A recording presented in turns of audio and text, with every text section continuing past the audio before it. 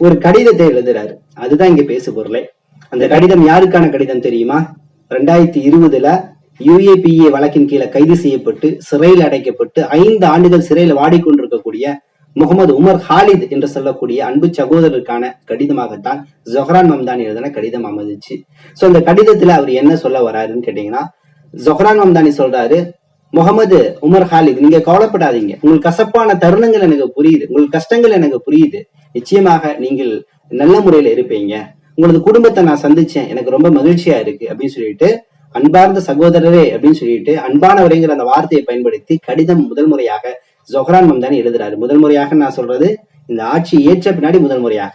அப்ப இதற்கு முன்னாடி கடிதம் எழுதியிருக்காரான்னு கேட்டா 2023 டெமோக்ரசி கட்சி சார்பாக சில நிகழ்ச்சிகள் நடக்கக்கூடிய சமயத்துல அந்த நிகழ்ச்சிகள்ல முகமது உமர் ஹாலிதை பத்தி பேசியிருக்கிறாரு.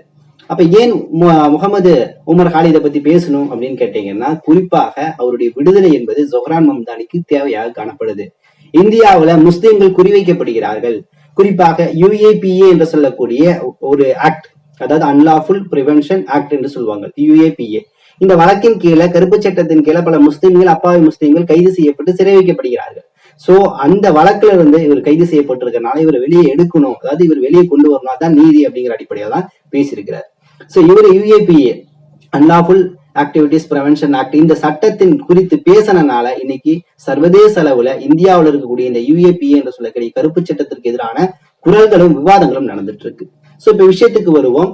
முகமது உமர் ஹாலித் எதற்கு கைது செய்யப்பட்டார்?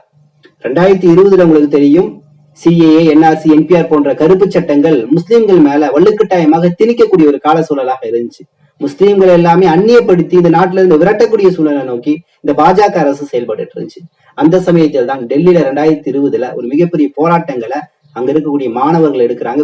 குறிப்பாக JNU, ஜவஹர்லால் நேரு யூனிவர்சிட்டியில இருக்கக்கூடிய மாணவராக இருக்கக்கூடிய இந்த முகமது உமர் ஹாலித் அவருடைய தலைமையில, மாணவர் சங்க தலைவராக இருக்கிறாரு, அவருடைய தலைமையில இந்த போராட்டங்கள் டெல்லியில நடந்துட்டு இருக்கு.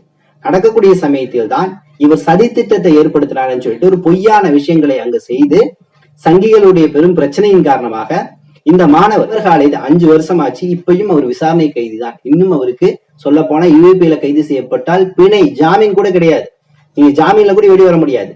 ஜொஹ்ரான் மம்தானி ஆறுதலான சில வார்த்தைகளை கடிதங்கள் வழியாக கொடுத்துட்டு இருக்கிறார். அப்ப ஜொஹ்ரான் மம்தானி பதவியேற்ற பின்னாடி செய்த ஒரு சிறப்பான சம்பவம் எதுன்னா, இந்த UAPA என்று சொல்லக்கூடிய கருப்பு சட்டத்தை உலகம் முழுக்க அம்பலப்படுத்தி அதன் மூலம் பாதிக்கப்பட்ட உமர் ஹாலிதுக்கு நீதி வேண்டும் என்ற அளவுக்கு தனது வாதங்களை முன்வைத்திருக்கிறது. அப்படிங்கிறது இன்னைக்கு பெரிய அளவுல ஜொஹ்ரானியை தூக்கி கொண்டாடும் அளவுக்கு நம்மளை பக்குவப்படுத்தி அவர் மீது நல்ல அபிப்பிராயத்தை ஏற்படுத்தி